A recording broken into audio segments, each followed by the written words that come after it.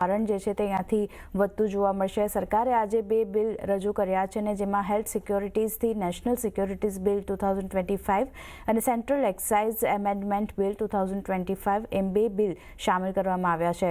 આના પર વધુ जानकारी આપવા આપણી સાથે જોડાઈ ગયા છે संवाददाता लक्ष्मण रॉय। लक्ष्मण जी, बताइए ये सबसे पहले तो दोनों बिल क्या है और ये नए टैक्स जो लागू किए जाने वाले हैं खास करके तंबाकू पे, वो टैक्स क्या रहेंगे सर? देखिए, दरअसल दोनों जो बिल है उस दोनों बिल को अलग अलग करके देखना चाहिए, क्योंकि एक बिल है central excise act amendment. Central excise act में बदलाव किया जा रहा है। ये बिल बाजार के दर्शकों के लिए ज्यादा महत्वपूर्ण है, क्योंकि इस बिल के जरिए सिगरेट पर और सिगार पर सरकार एक्साइज ड्यूटी बढ़ाएगी।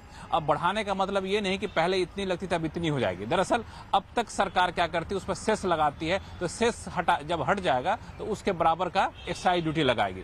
थोड़ा सा दो लाइनें आपको ब्रीफ कर दूं कि 2017 में जब जीएसटी लागू किया गया था तो जीएसटी सेस लगाया गया था सिगरेट पे और सिगार पे। तो जीएसटी सेस जो लगाया गया था वो दरअसल एक्साइज ड्यूटी में कटौती कर दी गई थी, उतने के बराबर सेस लगा दिया गया था।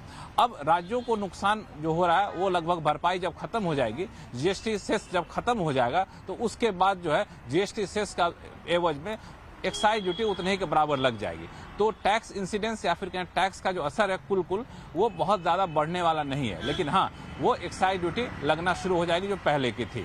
दूसरा जो बिल है वो हेल्थ सिक्योरिटी से नेशनल सिक्योरिटी, ये जो है पान गुटखा मसाला के लिए लगाया गया है। इसकी अलग अलग दरें होंगी, ये सेस होगा पर्याप्त, ये टैक्स नहीं होगा।